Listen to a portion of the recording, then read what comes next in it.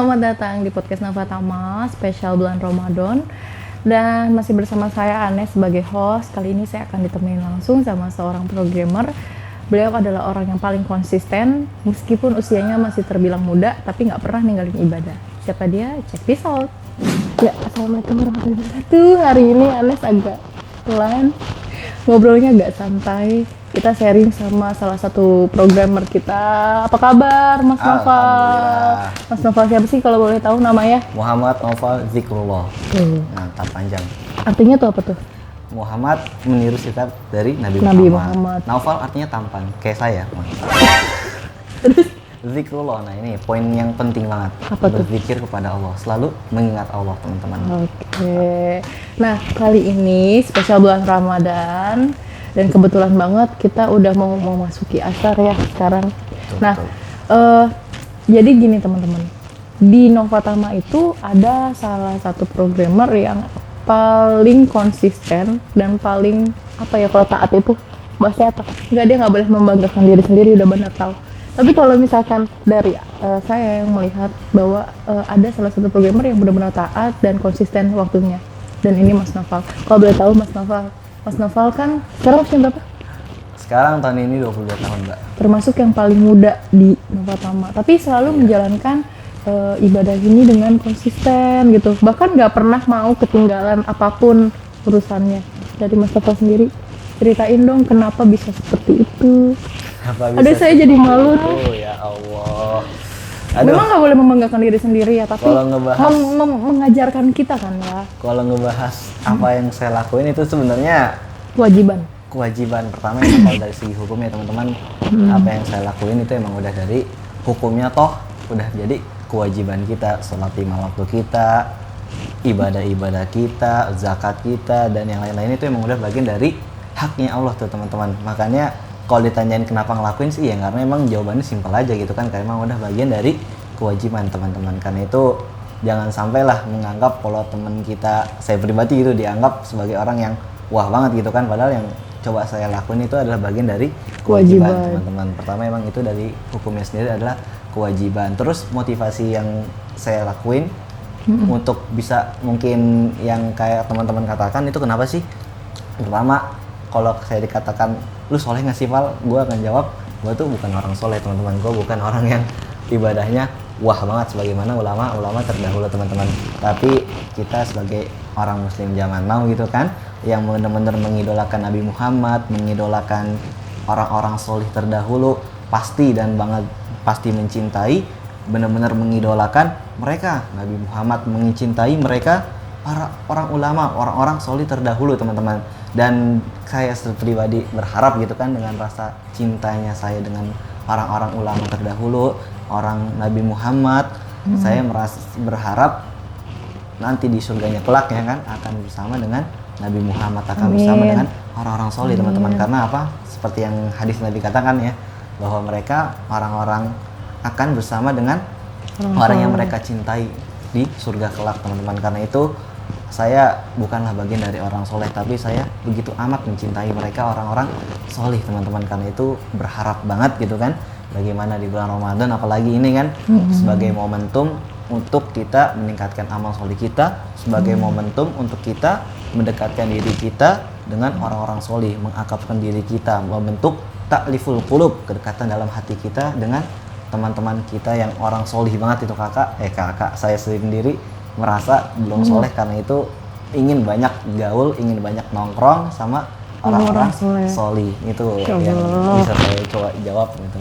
Nah, untuk menjaga konsistensi ya Mas Noval, apalagi seorang programmer itu nggak gampang.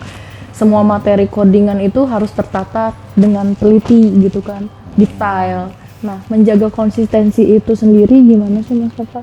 Konsistensi dari codingan ya. Kadang kan kita yang namanya fokus ya, kita aja kadang kalau lagi benar-benar fokus sama suatu pekerjaan gitu ya, kelewat dikit gitu kan, sering kelewat dikit. Nah, bahkan selama saya di sini hampir nggak pernah saya ngelihat Mas Noval agak meleset gitu waktunya. Nah, menjaga konsistensinya itu Mas bagaimana? Konsistensi. Kalau dibahas konsistensi, saya termasuk orang yang ya bisa di-distract juga gitu kan, bisa di-distract juga. Distract-nya yang seperti apa? Distract misalnya ada teman ngajakin main gitu kan, atau ada teman ngajakin discuss, apa yang saya pikirkan itu bisa aja hilang. Cuman kalau ditanyain upaya apa yang dilakuin kan, saya sendiri sih ngupayain dengan membuat notes terlebih dahulu sebelum bekerja teman-teman. Maksudnya notes gimana nih? Jadi kalau teman-teman tahu gitu kan apa itu tentang metodologi Scrum, apa itu tentang Google Design Sprint, atau itu tentang yang life cycle yang lain-lainnya, teman-teman akan ngetahuin tuh bahwa teman-teman kudu banget, mesti banget menulis sebelum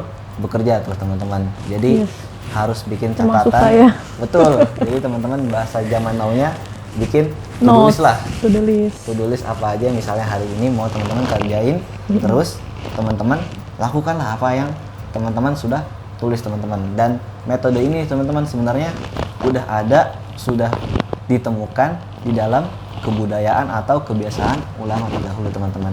Seperti apa? Seperti misalnya tulislah apa yang ingin kamu lakukan dan lakukanlah apa yang kamu tulis teman-teman. Ini kan udah familiar banget di kalangan para ulama atau misalnya di kalangan para penghafal Al-Quran. Apa yang ingin dilakukan para penghafal Al-Quran? Yaitu kita dikudu banget tulislah apa yang ingin kau hafal dan bacalah apa yang kau telah tulis tuh teman-teman. Jadi di saat kita ingin menghafal suatu ayat, kita kudu banget menulisnya. Setelah ditulis baru kita baca dan kita ulang-ulang tuh teman-teman. Ini kan yang udah ada di dalam Islam bertahun-tahun yang lalu, yang dimana di zaman now gitu kan, zaman sekarang baru dibakukan gitu kan. Jadi emang apa yang kita pelajari sekarang, yang kita coba budayakan sekarang itu sebenarnya udah dibudayakan, udah ada di zaman-zaman dahulu teman-teman. Itu sih yang saya coba lakukan, meniru kebiasaan orang terdahulu juga. Jadi dengan membuat to-do list itu otomatis kayak misalkan di jam sekian saya harus concern di sini, nanti jam sekian saya melihat gitu, oh di jam 12, sebelum jam 12 nih gitu kan, 11.40 misalkan, oh saya udah prepare, ini udah saatnya mau sholat zuhur gitu kan, saya rapihin dulu baru saya clearin gitu mungkin ya. Betul. Keren banget. Sebenarnya sih saya juga kayak gitu, cuman bedanya kalau saya men-to-do list apa pekerjaan saya hari ini Iya, gitu. pasti. Jadi jam sekian menulis, tapi untuk membuat diri kita itu ya konsisten, termotivasi, memang harus ingat, sadar betul gitu bahwa itu adalah memang kewajiban gitu. Kewajiban yang paling pertama yang mungkin nggak boleh kita tinggalin gitu kan. Apapun caranya, apapun gimana ya.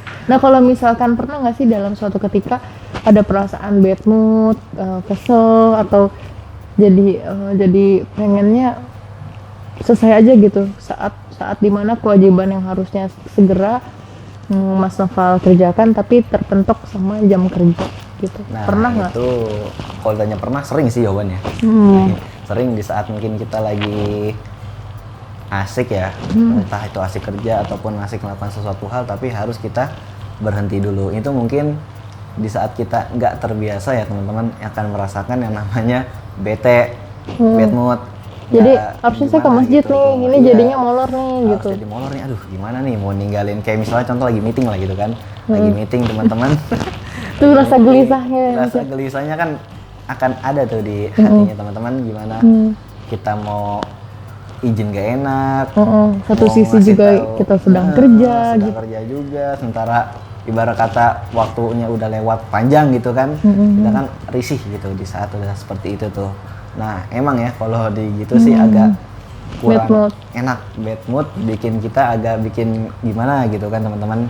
Tapi tetap ada hal yang harus kita upayakan gitu kan, karena kan hal seperti itu bisa menjadi budaya bila dibiasain telat sholatnya, memprioritaskan kerjaan daripada ibadah gitu kan. Karena itu kita coba bukan hanya mengubah diri kita teman-teman, tapi kita bisa menjadi mengubah lingkungan kita. Nah, caranya apa tuh? Bagaimana Caranya, yang udah pernah mungkin Mas Noval lakuin ya teman-teman? yang pernah coba saya lakuin sendiri sih emang mungkin berawal dari diri saya sendiri, ibarat katakan bagaimana misalnya di sini gitu kan, atau mungkin di kantor-kantor yang lain. Jadi di Istiqomah sendiri kan gimana sih caranya kita bikin lingkungan. Nah ini Jadi lingkungan juga ikut sama ke bawah Betul. kita gitu. betul, kita harus belajar bisa mewarnai teman-teman. Kita jangan mau diwarnai terus. Apa sih yang harus kita warnai dan cara seperti apa sih kita harus mewarnainya tuh. Nah, cara atau sebelum cara apa yang mau kita warnai ya, kita punya dalam diri kita gitu kan hati yang bergebu-gebu, hati yang berindah-indah, berwarna-warna, berpelangi-pelangi, dalam artian sangat mencintai, sangat mengikhlaskan, sangat-sangat benar-benar love banget gitu kan sama Allah, sama Nabi Muhammad, sama agama ini nih teman-teman. Makanya di saat kita pengen apa yang nikmat hati kita ya, atau rasa cinta dalam hati kita, keindahan dalam hati kita, ingin kita sharingkan ke teman-teman kita di lingkungan kantor gitu kan teman-teman, kita harus ada actionnya. Kita juga bukan hanya ada action, memberikan contohnya. Betul, salah satunya emang bisa dengan memberikan contoh teman-teman.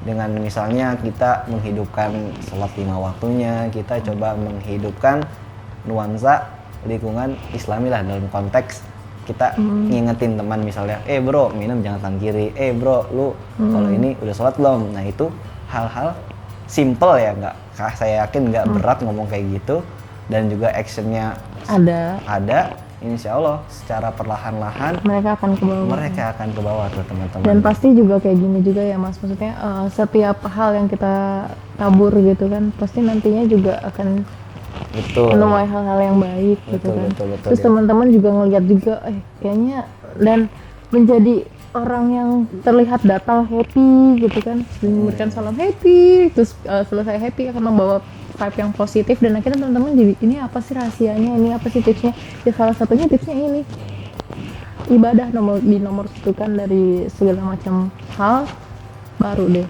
akan membawa aura dari diri kita juga ya. Betul.